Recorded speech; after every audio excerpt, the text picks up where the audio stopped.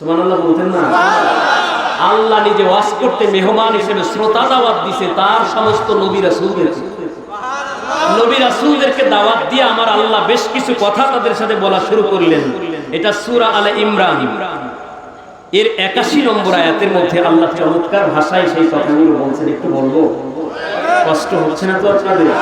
এই যে মাওলানা সাহেব সাহেব বলছেন অনেক সুর ঢং দিয়া, এখন বর্তমানে ওরা আমাদের বিরুদ্ধে লাগছে আর ওদের বিরুদ্ধে পাল্টা দালিলিক আলোচনা আমাদের এখন দরকার। তোমরা এগুলো চোখে দেখবে না, তোমাদের চোখে তো রঙিন চশমা। এই রঙিন চশমা দিয়া পৃথিবীর যেদিকে ঘোরো সেদিকটাকে তোমরা নীল হলে নীল দেখো, লাল হলে লাল দেখো, সবুজ হলে সবুজ দেখো। আমরা লালও দেখি না, নীলও দেখি না, সবুজও দেখি না। পৃথিবীর অস্তিত্ব আল্লাহ যেটাকে যেই রঙে সাজিয়েছেন সেটাকে সেই রঙেই দেখি। কথা বলেন ঠিক কিনা? আমাদের নবীর মর্যাদার সামনে পৃথিবীর কারো মর্যাদা নাই। কোন নবীকেও তুলনা দিয়ে আমাদের নবীর সাথে কথা বলা চলবে না। নবী রাসূলদের সামনে আল্লাহ, সুবহানাল্লাহ বলতেন না? আল্লাহ নিজে ওয়াজ করতে মেহমান হিসেবে শ্রোতা দাওয়াত দিছে তার সমস্ত নবী রাসূলদেরকে। নবী রাসূলদেরকে দাওয়াত দিয়ে আমার আল্লাহ বেশ কিছু কথা তাদের সাথে বলা শুরু করলেন। এটা সূরা আলে ইমরান এর 81 নম্বর আয়াতের মধ্যে আল্লাহ চমৎকার ভাষায় সেই কথাগুলো বলছেন। একটু বলবো, কষ্ট হচ্ছে না তো আপনাদের? এই যে মাওলানা সাহেব সাহেব বলছেন অনেক সুর ঢং দিয়া, এখন বর্তমানে ওরা আমাদের বিরুদ্ধে লাগছে আর ওদের বিরুদ্ধে পাল্টা দালিলিক আলোচনা আমাদের এখন দরকার। তোমরা এগুলো চোখে দেখবে না, তোমাদের চোখে তো রঙিন চশমা। এই রঙিন চশমা দিয়া পৃথিবীর যেদিকে ঘোরো সেদিকটাকে তোমরা নীল হলে নীল দেখো, লাল হলে লাল দেখো, সবুজ হলে সবুজ দেখো। আমরা লালও দেখি না, নীলও দেখি না, সবুজও দেখি না। পৃথিবীর অস্তিত্ব আল্লাহ যেটাকে যেই রঙে সাজিয়েছেন সেটাকে সেই রঙেই দেখি। কথা বলেন ঠিক কিনা? আমাদের নবীর মর্যাদার সামনে পৃথিবীর কারো মর্যাদা নাই। কোন নবীকেও তুলনা দিয়ে আমাদের নবীর সাথে কথা বলা চলবে না। নবী রাসূলদের সামনে আল্লাহ على عباده المؤمنين في كل يوم وليلة 5 صلاة. وقال تعالى في شان حبيبه ومحبوبه ومعشوقه آمرا ومخبرا إن الله وملائكته يصلون على النبي يا أيها الذين آمنوا صلوا عليه وسلموا تسليما.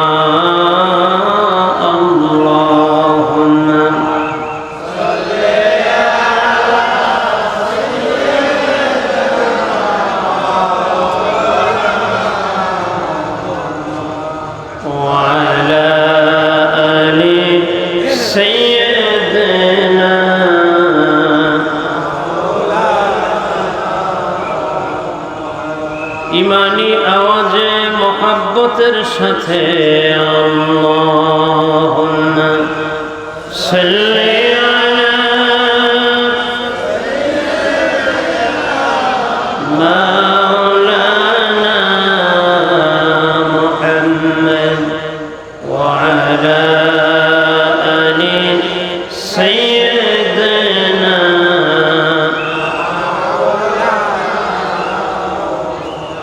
আসমান জমিন হেসে বলে আজ আমাদের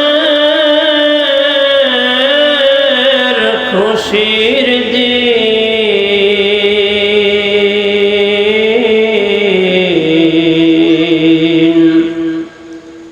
এ ধরা ধামে تشريف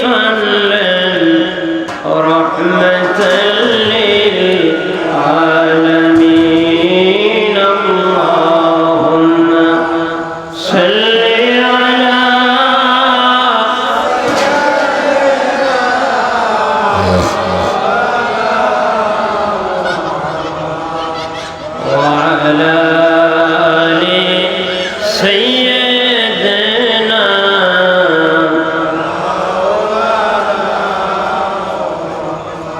লা ইলাহা ইল্লাল্লাহ লা ইলাহা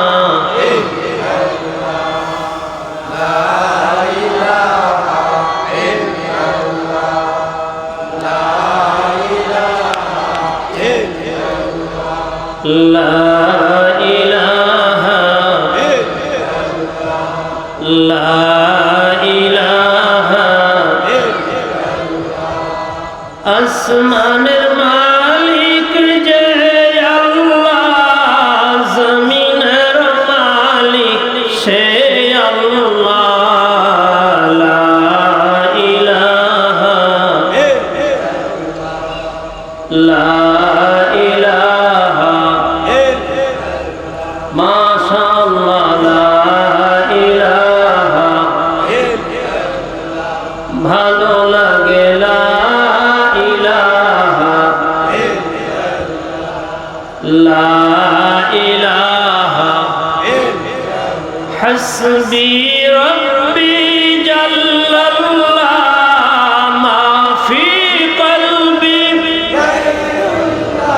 বলুন হাসবি রব্বি জাল্লাল্লাহ মা ফি কলবি নূর মুহাম্মদ সাল্লাল্লাহ বলো লা ইলাহা লা ইলাহা লা ইলাহা ইল্লাল্লাহ মুহাম্মাদুর রাসূলুল্লাহ সাল্লাল্লাহু আলাইহি ওয়াসাল্লাম। পবিত্র ঈদে মিলাদুন নবী সাল্লাল্লাহু আলাইহি ওয়াসাল্লাম উদযাপন উপলক্ষে আজিমুশ-শান মুতাবাররক ওয়াজ ও মিলাদ মাহফিল সদরে আঞ্জুমান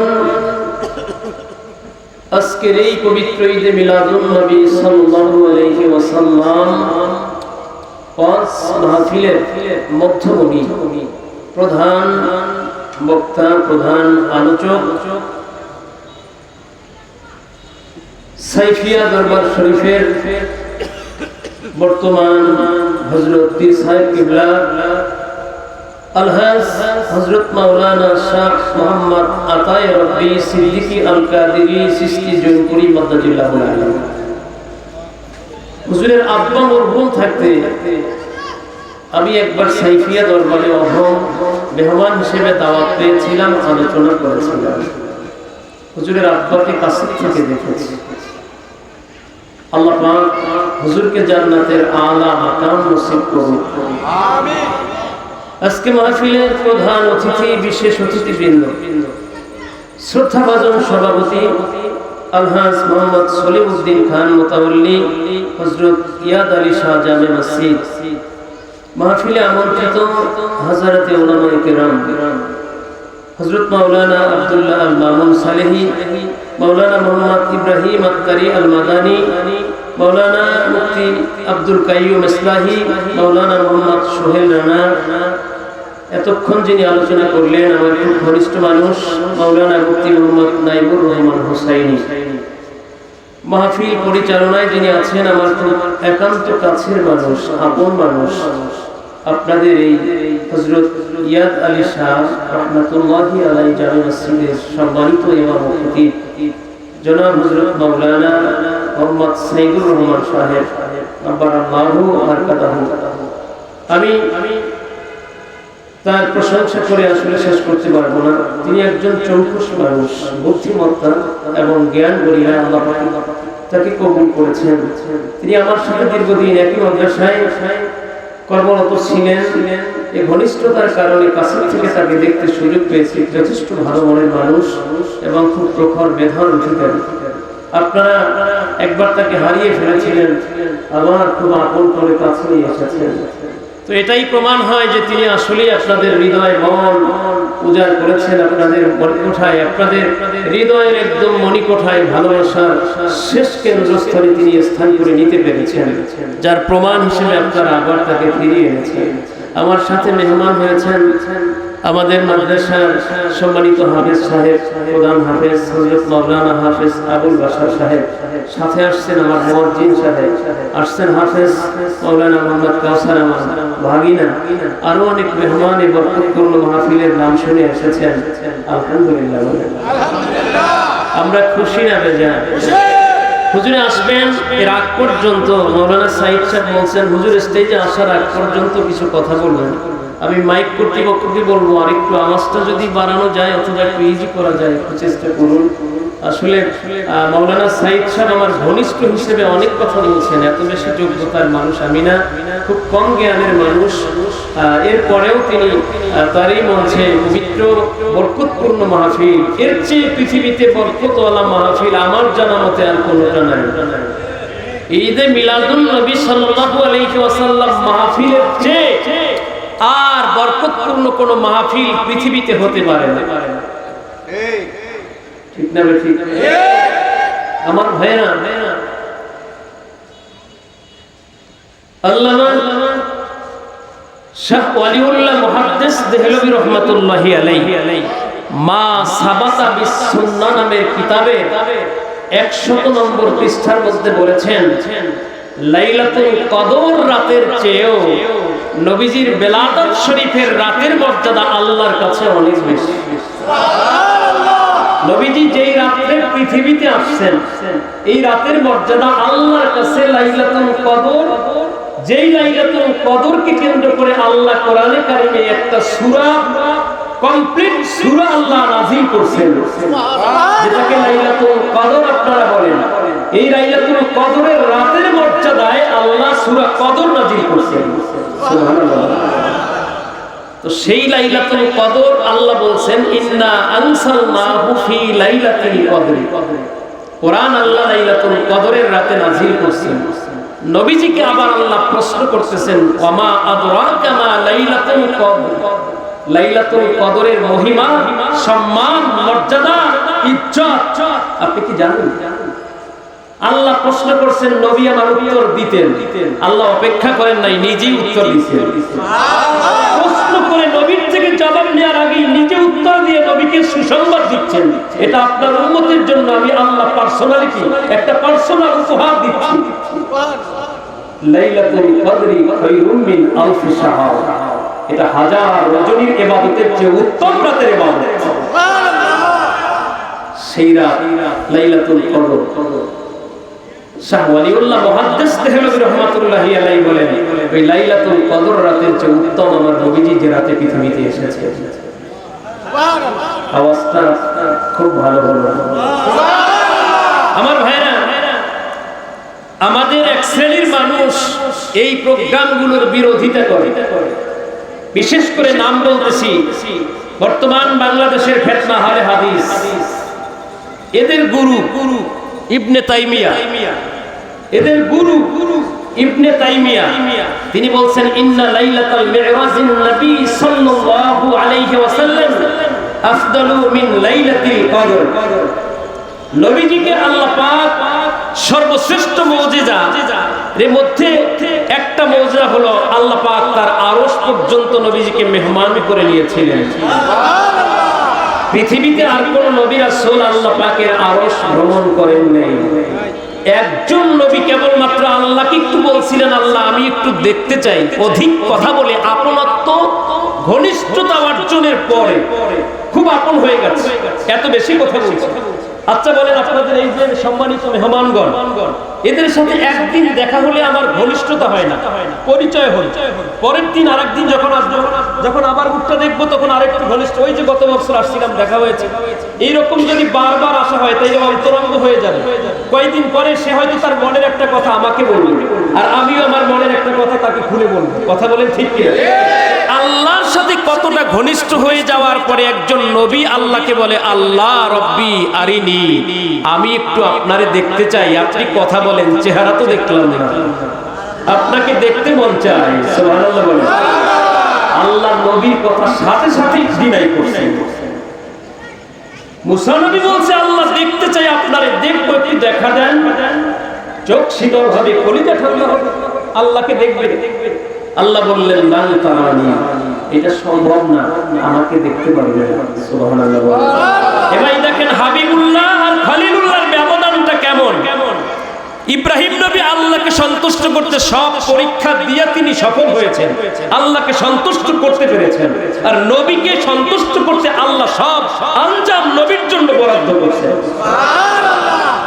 নবীজিকে আল্লাহ, নবী বলেন নাই আল্লাহ আমি আপনারে দেখতাম, একটু দেখতে চাই, দেখতে মন চাই, কেমন জানি আপনার চেহারা, এই কথা বলেন নাই। আল্লাহ তার নবীকে সন্তুষ্ট করার জন্য নবীকে আল্লাহ পাক রব্বুল আলামিন ভালোবেসে নিজ আপনত্ব, ঘনিষ্ঠতা, বন্ধুত্ব দেওয়ার জন্য আরশে আসিমে নিজের একদম কাছে নিয়ে বসিয়েছেন। সুবহানাল্লাহ বলতেন না? কত কাছে। সুম্মা দানা ফাতাদাল্লা, এটা কোরআন তাফসীর না। সুম্মা দানা ফাতাদাল্লা, তীর আর ধনুকের মাঝখানের ব্যবধান যতটুকু তার চেয়েও অতি কাছে। সুবহানাল্লাহ। আল্লাহ বলেন আও আদনা, আও আদনা, এর চেয়েও কাছে। আমার সাথে ভাইয়ের সাথে যতটুকু ডিসটেন্স, দূরত্ব ধরে নেন এতটুকু, আমার আল্লাহ বলে না, এর চেয়েও কাছে আনছিলাম। তারপরে বন্ধুকে আমি সোহবত দিয়েছি, দর্শন দিয়েছি, কথা বলেছি। সুবহানাল্লাহ। আল্লাহর সাথে তার হাবিবের সাথে মাঝখানে ব্যবধান মোটেই ছিল না। তাহলে নবী আল্লাহকে দেখতে না চেয়ে আল্লাহর আরশে আজিম পর্যন্ত ভ্রমণ করেন। তোমাদের গুরু ঠাকুর ইবনে তাইমিয়া বলেন নবীজির সেই মেরাজ রজনীর মর্যাদাটা আল্লাহর কাছে এত বেশি, যা লাইলাতুল কদর নামেও হাজার মাসের চেয়ে উত্তম রাতের চেয়ে মর্যাদায় বেশি। নবীজির মর্যাদার একটা অপশন, অধ্যায় হলো হুজুরের মেরাজ। এটা জীবনে আল্লাহ একবার ঘটিয়েছেন, কথা বলেন ঠিক কিনা? সেই মেরাজের কথা ইবনে তাইমিয়া বলেন যে সেই মেরাজ হলো লাইলাতুল কদরের চেয়ে অনেক উত্তম এবং সেটা মর্যাদায় মহান। সুবহানাল্লাহ। আচ্ছা বলেন লাইলাতুল মেরাজ নবীজির হয়েছে জন্মের আগে না জন্মের পরে? বলেন, জন্ম আগে না মেরাজ আগে? জন্ম আগে না কোরআন নবীর উপরে নাযিল আগে? নবীজির জন্ম আগে। তাহলে নবীজির পৃথিবীতে শুভাগমন, এই নবীজির বেলাদাত শরীফ আমরা বলি অন্তরের অন্তঃস্থল থেকে ভালোবাসা দিয়া পবিত্র ঈদে মিলাদুন নবী সাল্লাল্লাহু আলাইহি ওয়াসাল্লাম। সেই ঈদে মিলাদুন নবী সাল্লাল্লাহু আলাইহি ওয়াসাল্লাম এটা এতটাই বরকতে, সেই দিনটা নবীজির মেরাজের চেয়ে অনেক বেশি মর্যাদার। কথা বলেন ঠিক কি? ঠিক না ঠিক? বলেন ঠিক না ঠিক? এই জন্য আহলুস সুন্নাত ওয়াল জামাতের আমাদের আকীদা ইন্না লাইলাতা মাউলিদিল মুস্তাফা সাল্লাল্লাহু আলাইহি ওয়াসাল্লাম আফজালু মিন লাইলাতিল কদর। ওই লাইলাতুল কদরের চেয়ে, লাইলাতুল কদরের চেয়ে হাজার গুণ, কোটি গুণ মিলাদে মুস্তাফা আমার নবীজির শুভাগমনের রাতের মর্যাদা অনেক।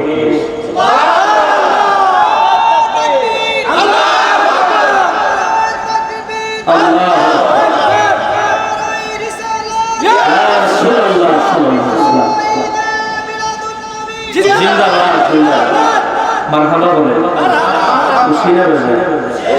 বলেন খুশি না বেজায়? আব্বাসীরা আরেকটা পিছনে যায়। আমাদের আল্লাহ আমাদের নবীজিকে ভালোবাসেন বেশি না কম?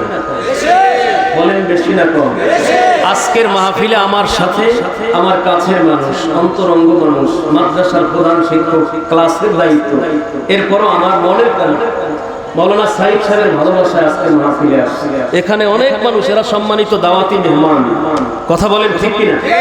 আচ্ছা এই মাহফিলে আসলে এখানে কাউকে তো বাধা দেওয়া হয় নাই।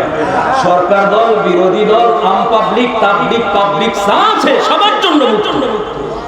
কথা বলেন, মাহফিলে আসতে কাউকে বাধা দেওয়া হয়, কিন্তু আমার আল্লাহ একটা মাহফিল করছেন রূহের জগতে পৃথিবী সৃষ্টির আগে। সেই মাহফিলে আমার আল্লাহ দাওয়াত দিয়েছিলেন সব নবী আর রাসূলদেরকে টিকিট দিয়ে। সুবহানাল্লাহ বলেন। এইখানে সবাই দাওয়াত পায় নাই, পাইছে যারা, তারা ক্যাবিনেট সদস্য। আমরা বর্তমান জামানায় বোঝার জন্য বাংলাদেশের হক্কানি পীর মাশায়েখদেরকে আমাদের থেকে আলাদা মর্যাদার মনে করি।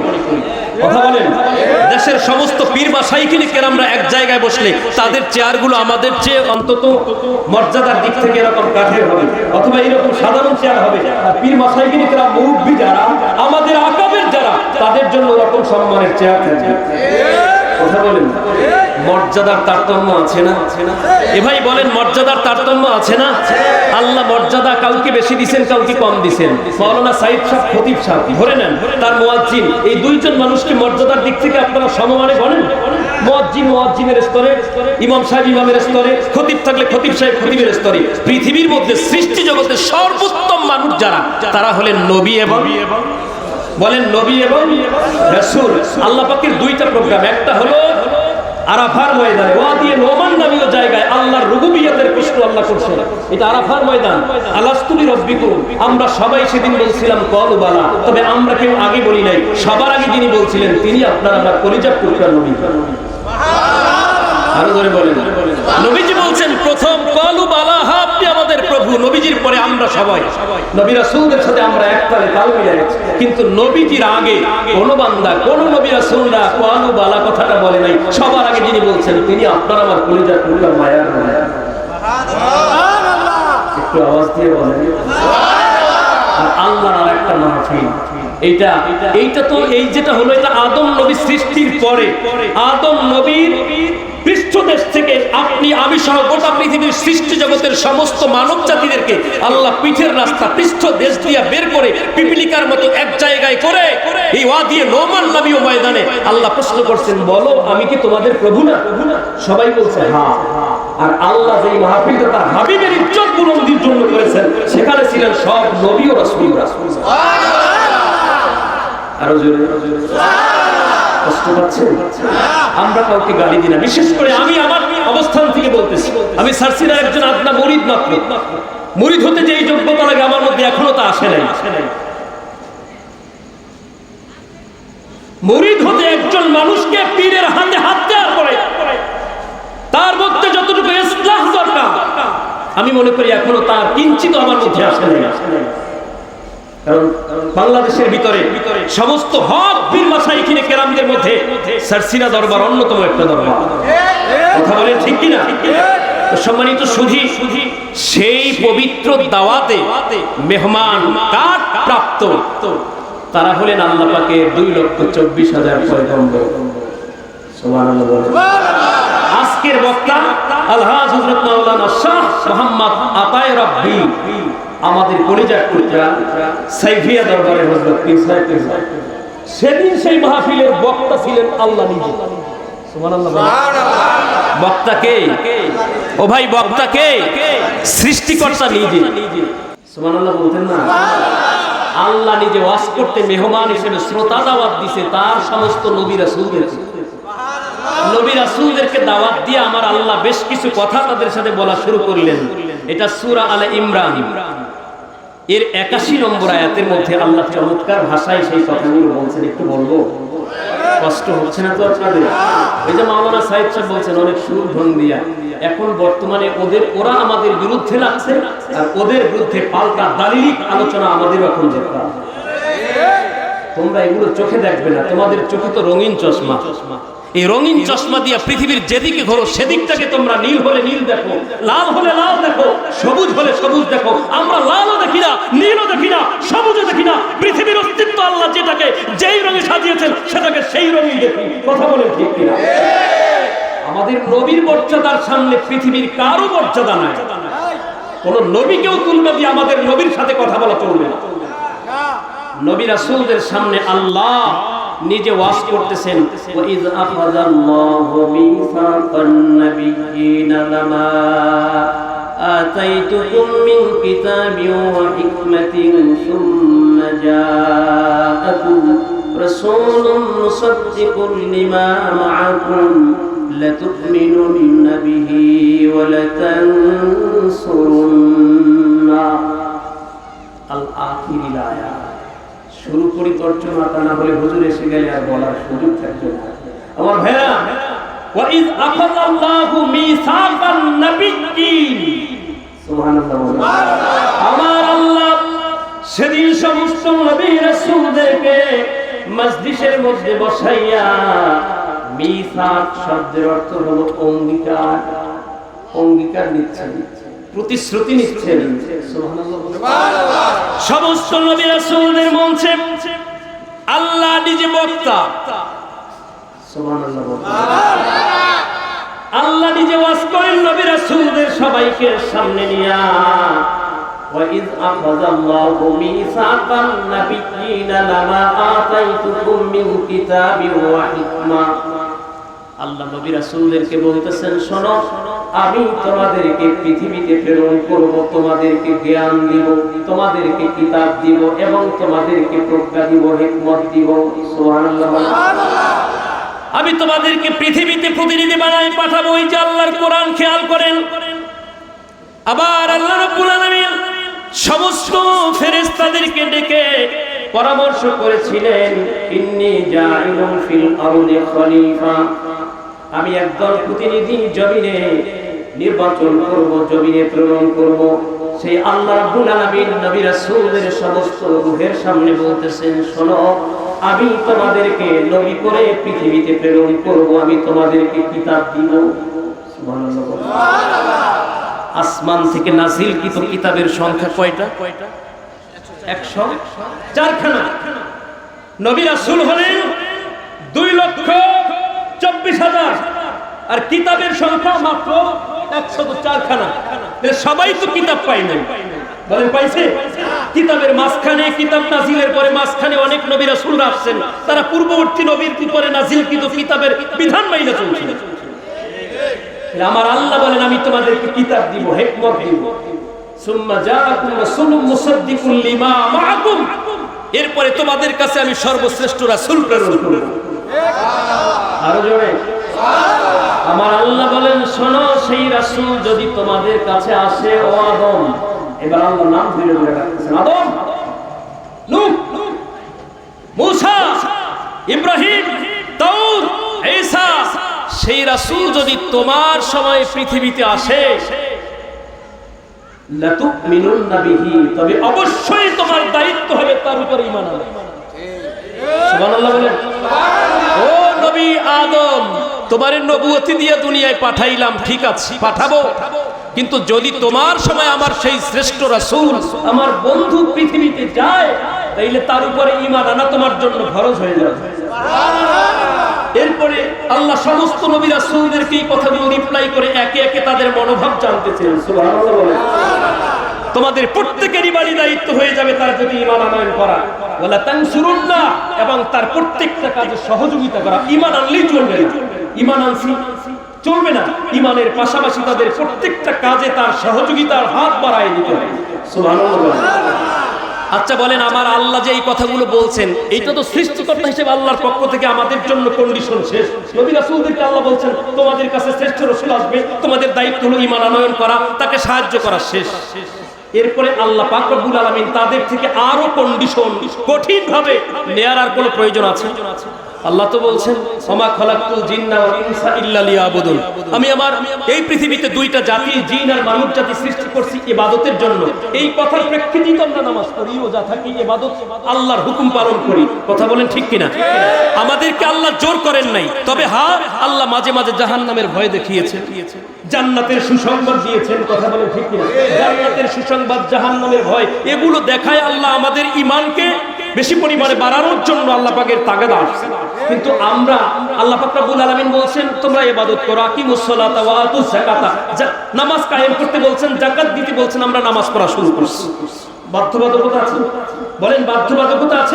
আল্লাহ বলছেন তোমরা পড়ো, ওয়াবুদুল্লাহ ওয়া লা তুশরিকু বিহি শাইআ ওয়া বিল ওয়ালিদাইনি ইহসানা, তোমরা আল্লাহর ইবাদত করো, ইবাদতে কাউকে শরীক করো না। এক নির্দেশ পালন করতেছি আমরা, 5 ওয়াক্ত নামাজ প্রতিদিন আদায়ের মাধ্যমে। কথা বলেন। নবীজি বলছেন, ইন্নাল্লাহা ফারাদা আলা ইবাদিহিল মুমিনিনা ফি কুল্লি ইয়াউমিন ওয়া লাইলাতিন 5 সালাত, নিশ্চয়ই আল্লাহ মুমিন বান্দাদের জন্য দিন ও রাতে 5 ওয়াক্ত নামাজ ফরজ করেছেন। এইবারে আসুন, আল্লাহ পাকের এর পরেও নবীদের সাথে আর তো কোনো কঠোর কথা বলার কোনো দরকার ছিল? আসবেন তিনি, ঈমান আনবেন, আসবেন তিনি, তার প্রতি ঈমান আনার পরে তার নবুয়তি মাইনা নেবেন, আপনার নবুয়তি বাদ দিবেন, এরপরে তার সব কাজে সহযোগিতা করবেন, শেষ। আর কথা আছে? বলা দরকার ছিল না। দেখেন আল্লাহ তাদেরকে এরপরও ছেড়ে দেন নাই, আরো শক্ত করে তাদেরকে, আমার নবীর ইজ্জতকে তাদের সামনে উপস্থাপন করেছেন। সুবহানাল্লাহ। এই পর্যন্ত বলে আমার আল্লাহ ক্ষান্ত হন নাই। এরপরে আল্লাহ বলেন, ওয়ালা আ'আকরারতুম, ওয়া আখাযতুম আলা যালিকা ইসরি। আমার আল্লাহ বলেন আমি যে এই কথাগুলো তোমাদের সামনে উপস্থাপন করেছি তোমরা কি কন্ডিশন মাইনা নিলা? সুবহানাল্লাহ বলেন। তোমরা কি একমত ঐক্যমত পোষণ করলা কিনা? কন্ডিশন মানলা কিনা? তখন সবাই আদম নবী থেকে শুরু করে ঈসা নবী পর্যন্ত সবাই বললেন ক্বালা আকরারতুম। সুবহানাল্লাহ বলেন। আল্লাহ আপনার এই চুক্তি আমরা মাইনা নিলাম। সুবহানাল্লাহ বলেন। ক্বালা আকরারনা, আল্লাহ আমরা সবাই মেনে নিলাম। আমার আল্লাহ এরপর ক্ষান্ত হন নাই। ক্বালা ফাশহাদু, আল্লাহ বলেন তোমরা যেই কথা বলছো তোমাদের নিজেদের কথার পক্ষে তোমরা নিজেরা প্রত্যেকে সাক্ষী দেখো। সুবহানাল্লাহ বলেন। দেখেন নবীদের শানে নবীর মর্যাদার ওয়াজ আল্লাহ নিজে করেন। কত কঠিন ভাষায় আল্লাহ বলেন তোমরা নিজেরাই সাক্ষী থাকো। তুমি বলছো সেই নবী যদি তোমার সামনে আসে তোমার নবুয়তের প্রচার বন্ধ করে তুমি তার প্রতি ঈমান আনবে, তার কাজে সহযোগিতা করবে, তুমি মাইনা নিছো, কিন্তু বুঝো ভুলে যাইও না। আবার নবী রাসূলদেরকে আল্লাহ বলতেছেন সমস্ত নবী রাসূলরা বললেন ক্বালা আকরারনা, ক্বালু আকরারনা, আমরা সবাই এক বাক্যে মেনে নিলাম। আমার আল্লাহ রাব্বুল আলামিন তখন বললেন ক্বালা ফাশহাদু, তোমরা নিজেরা সাক্ষী হও, সাক্ষী থাকো। ওয়া আনা মাআকুম মিনাস শাহিদিন, আর আমি আল্লাহ নিজে তোমাদের এই কথাগুলোর প্রেক্ষিতে সাক্ষী হয়ে থাকলাম। সুবহানাল্লাহ বলেন।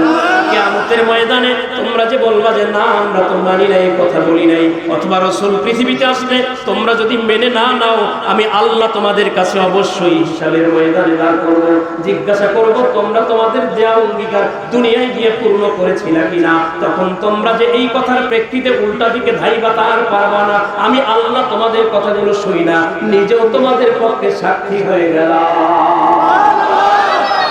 নবীজির মিলাদের ওয়াজ পৃথিবী সৃষ্টির আগে আমার আল্লাহ সমস্ত নবী রাসূলদেরকে এক মাহফিলের মঞ্চে ডাইকা করছেন।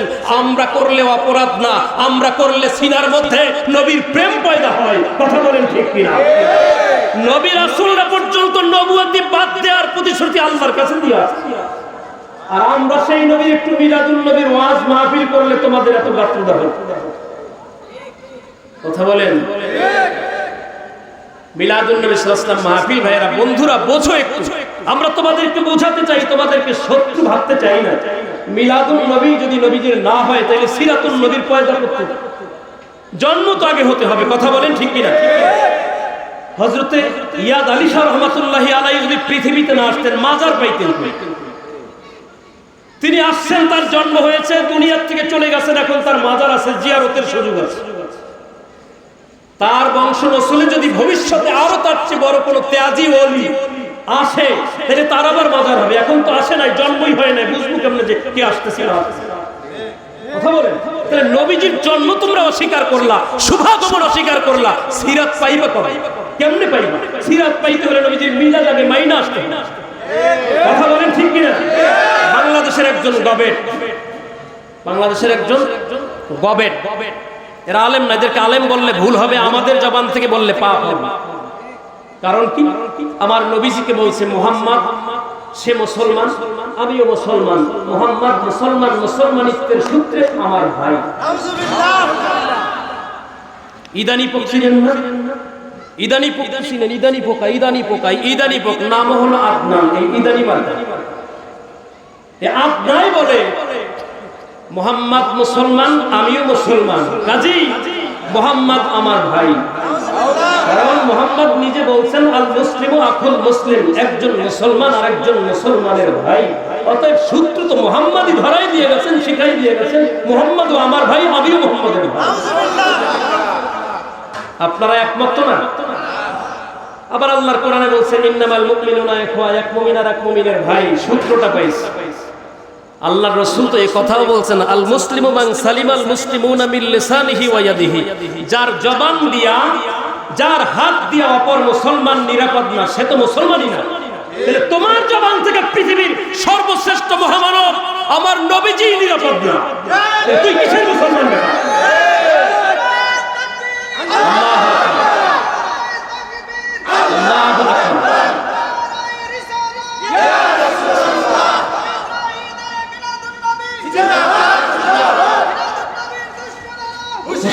সাবধান। মারহাবা বলেন।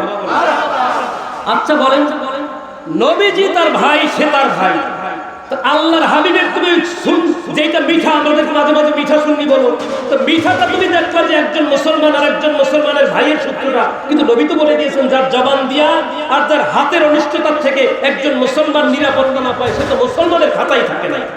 তাহলে তুমি আবার নবীজিকে মান সম্মান ইজ্জতকে ছোট করে আলোচনা করার কারণে তোর মুসলমানিত্ব সেদিনই কেটে গেছে, মুসলমানের ঘরেই নাই। তওবা করতে হবে, তওবা না করা পর্যন্ত মুসলমান আর কেটে বলা যাবে। কথা বলেন। এইবার আসেন, নবী কি আমাদের ভাই না আমাদের কলিজার টুকরা মহানবী? সে আমাদের সম্পর্কে কি হয় এবার একটু কোরআন ধরে দেখেন। কোরআনে কি বলেন? আল্লাহ বলেন আন-নাবিয়্যু আওলা বিল মুমিনিনা মিন আনফুসিহিম ওয়া আজওয়াজুহুম উম্মাহাতুহুম। সুবহানাল্লাহ বলেন। আন-নাবিয়্যু নবী, নবী করিম সাল্লাল্লাহু আলাইহি ওয়াসাল্লাম আল্লাহ উপরে, সুবহানাল্লাহ বলেন।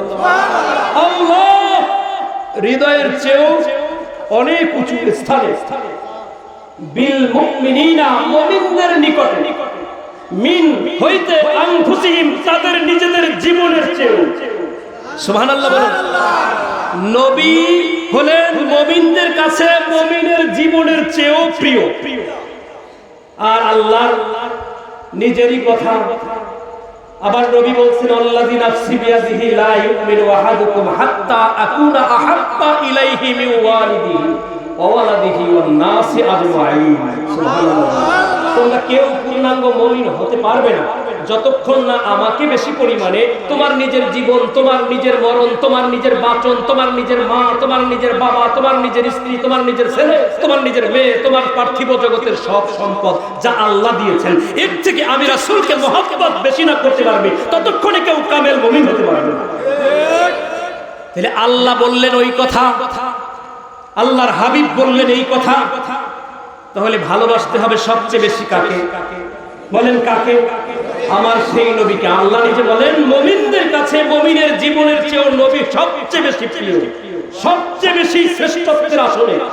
এরপরে আল্লাহ পাক তার হাবিবের স্ত্রী যারা উম্মাহাতুল মুমিনিন যারা, তারা আমাদের সম্পর্কে কি হবেন এইটা আল্লাহ কোরআনে জানাই দিয়েছেন। সুবহানাল্লাহ বলেন।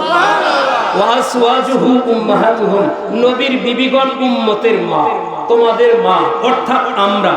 আল্লাহ যে তোমাদেরকে বলছেন তোমাদের মধ্যে আমরাও শামিল, ওই আদ্রাপকটা ওইটাও শামিল। বদমাইশ বুঝে নাই, আল্লাহর কোরআন কি নিয়ে সিনেমিনে ফেলতেছে। আল্লাহ বলেন যে নবীর বিবিগণ তোমাদের মা। সুবহানাল্লাহ বলেন। আচ্ছা বলেন এইবারে আমিও তো এক বাবার ঔরসের মাধ্যমে, বাবার মাধ্যমে মাতৃগর্ভে ছিলাম। বাবা আর মায়ের দুইজনের মধ্যে সম্পর্ক যেটা, অর্থাৎ যেই মায়ের গর্ভে আমি পৃথিবীতে ছিলাম, পৃথিবীতে যেই মায়ের গর্ভ থেকে এসেছি, সেই মায়ের সাথে যিনি সংসার করে আমাকে পৃথিবীতে আনার জন্য এই শ্রম দিয়েছেন, কষ্ট করেছেন, যার মাধ্যম আমার বাবা, তিনি সম্পর্কে আমার কি হয়? আব্বা। আমি তাকে আব্বা ডাকি, বাবা। এই বাবা আর মায়ের সম্পর্ক একজন আরেকজনের মধ্যে যে রূঢ় সম্পর্ক না, এটা হলো ঘনিষ্ঠ সম্পর্ক। এই ঘনিষ্ঠ সম্পর্কের মাধ্যমে আল্লাহ আমাকে পৃথিবীতে এনেছেন। কথা বলেন। তাহলে মা আর বাবার ঘনিষ্ঠ সম্পর্কের মাধ্যমে আনছেন। এখন মায়ের সাথে, বাবার সাথে আর মায়ের বিবাহ হওয়ার কারণে একজন হয়েছেন মা আর একজন হয়েছেন। তো নবীর স্ত্রীদেরকে আল্লাহ কোরআনে বললেন তোমাদের মা, তাই নবী হবেন ভাই বদমাইশ। এই কান চলার করে কান চলা, এরম চোরা দুশমনে রাসূল আহমদ। আল্লাহ কোরআনে শিখায় দেন নবীর বিবিগণ তোদের মা, আর মায়ের স্বামী যিনি হন তারে বলো ভাই। তাইলে কালকে থেকে তোর বাবারে গিয়ে ভাই ডাকিস, তোর বাপেরও ভাই ডাকিস। আল্লাহ বোঝার মানার তৌফিক দিক বলেন আমিন। এদেরকে আর কিভাবে বুঝাবো? আর কিছু আছে বলে? এরপরও যদি না বুঝে, আমরা মাঝে মাঝে বলি না মাথায় গোবর উঠছে, এগুলার মাথায় গোবর উঠছে। আর এগুলার ইহুদি খ্রিস্টানরা ডলার দেয়, তো ওই ডলারের পাওয়ারে এক এক সময় এক এক ধরনের আবল তাবল কথা বলে। নবীজির বিবি আম্মা জান খাদিজাতুল কুবরা রাদিয়াল্লাহু তাআলা আনহার সাথে কত বড় চরম বেয়াদবি, কয় ইনটেক ছিল না। এগুলা কোন আলেমের ভাষা? ইনটেক্স ছিল না, ভার্সিন ছিল না, পুরা তালাক প্রাপ্তা। আরে বন্ধু জানো না তো, নবীজির স্ত্রী আম্মাজান খাদিজা রাদিয়াল্লাহু তাআলা তালাক খান নাই, আগের দুই স্বামী এমনিতেই মারা গেছে, বিধবা হয়েছে, তালাক খান নাই, তালাক দেন নাই। আম্মাজানের তালাক দিবে। আরব জাহানের বড় বড় শিল্পপতিরা পাগল ছিল বিয়ের জন্য, আর তারে বিয়ে করে আবার পাগল দিবে, তালাক দিবে। বিয়ে তো বসবেন না, দুই স্বামীর পরে বিবাদ করছেন, আর বিয়ে বসবেনই না। আরবের বড় বড় ধনাঢ্য ব্যক্তিরা পাগলের মতো হয়ে প্রস্তাব দেওয়া শুরু করছে। আম্মা বলছেন না, বিয়ে বসবে, কিন্তু আল্লাহ তো ঠিক করে রাখছে, বিয়ে বসবে না, জায়গা মতো নিতেছি তোমার। আমার নবীজির নিয়ে তার বাড়ির কর্মচারী বানায় দিছে। নবীজির মৌজুদা দেখা দেখে, নবীজি হাটে, মাথার উপরে আকাশের মেঘমালায় ছায়া দেয়, জঙ্গলের বাঘ আইসা নবীজির সামনে দাঁড়ায়, সালাম দিয়ে লেঞ্জুর গুটায় চলে যায়। সাপ দাঁড়ায়, মাথা জিব্বা বের করে নিজের জিব্বা দিয়ে নবীজির মাথা মোবারকের উপরে বাতাস দেয়। আকাশের পাখি নবীজির মাথা উপরে ছায়া হয়ে সামনে গতি লক্ষ্য করে চলতে থাকে। চিত্রগুলো দেখা আম্মা জানতে বিয়ে বসবেন না সেই কথা ভুইলা গিয়া নবীজি 25 বছরের বয়স এই যুবকের জন্য পাগল হয়ে গেছে। ইশারা আল্লাহ। তো নবীজির স্ত্রী আম্মাজান খাদিজাতুল কুবরা রাদিয়াল্লাহু তাআলা আগে দুইবার তালাক খান নাই, একবার স্বামী হারিয়েছেন মরে যাওয়ার মাধ্যমে। তারপরে তিনি বিয়ে বসবেন না, এটা ছিল তার সিদ্ধান্ত। কিন্তু আল্লাহর সিদ্ধান্ত নবীজিকে প্রথম সেই মহিলাকেই বিবাহ করাবেন। কারণ কি? খাদিজা রাদিয়াল্লাহু তাআলা ছিলেন আরব জাহানের মধ্যে এক সম্ভ্রান্তা এবং কোটি কোটি টাকার মালিক। স্বামীর দিক থেকে পেয়েছেন দুই স্বামী, বাবার দিক থেকে পেয়েছেন আরব জাহানের মধ্যে বিশাল এক সম্পত্তির মালিক। এই ধনকুট মহিলাকে নবীজির সাথে বিয়ের মাধ্যমে জোড়াই দিলে তার মাধ্যমে দিনের খেদমত অনেক ব্যাপক হবে। সুবহানাল্লাহ। সম্মানিত সুধী, সেই কারণে আমার নবীজির সাথে তার সম্পর্ক আল্লাহ জোড়াই দিলেন। আর সেই নবীজির মর্যাদা নিয়ে তোমরা আজকে টানাটানি করো। আল্লাহ বলে দিয়েছেন, ওয়ারাফা'না লাকা যিকরাক, হাবিব আপনার মর্যাদা, আপনার আলোচনাকে আমি আল্লাহ সবার উপরে তুলে ধরেছি। সুবহানাল্লাহ। তোমরা নবীজির চাদর ধরে টানতে চাইলে নবীজির ইজ্জত নষ্ট হবে। আমরা সেই নবীজিকে ভালোবাসবো আমাদের হৃদয়ের চেয়ে বেশি, ঠিক কিনা বলেন? ওমর ফারুক রাদিয়াল্লাহু তাআলা নবীজির কলিজার টুকরা শ্বশুর, রওজা শরীফের পাশেই যিনি ঘুমিয়ে আছেন, তিনি একদিন এসে বলতেছেন, আব্দুল্লাহ রাদিয়াল্লাহু তাআলা বাবা হযরত ওমর আব্দুল্লাহ ইবনে হিশাম রাদিয়াল্লাহু তাআলা হাদিস খারাপ বর্ণনা করেছেন। ওমর আয়েশা বলতেছে, হাত ধুইয়া হুজুর সাল্লাল্লাহু আলাইহি ওয়াসাল্লামের সামনে এসে বলতেছে, ইয়া রাসূলুল্লাহ, আমি আপনারে আমার জীবন ব্যতীত জীবন ছাড়া বাকি সবকিছুর চেয়ে আপনারে বেশি মহব্বত করি, ভালোবাসি। সুবহানাল্লাহ।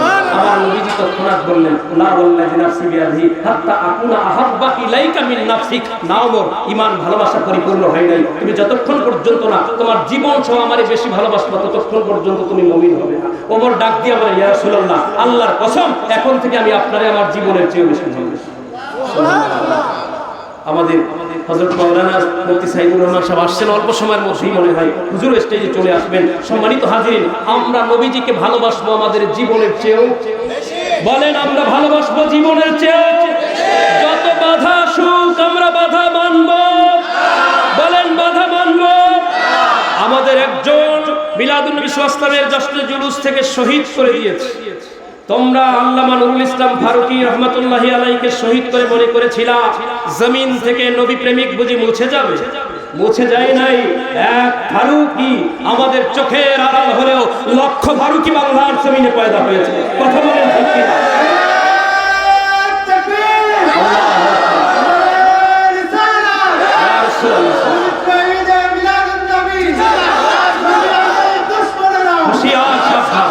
মারহাবা বলেন।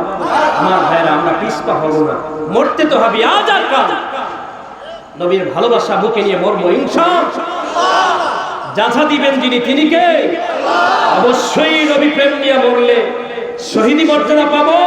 কিয়ামতের ময়দানে আল্লাহ আমাদেরকে নবীর সাথে জান্নাত দিবেন ইনশাআল্লাহ। হাজিরিন,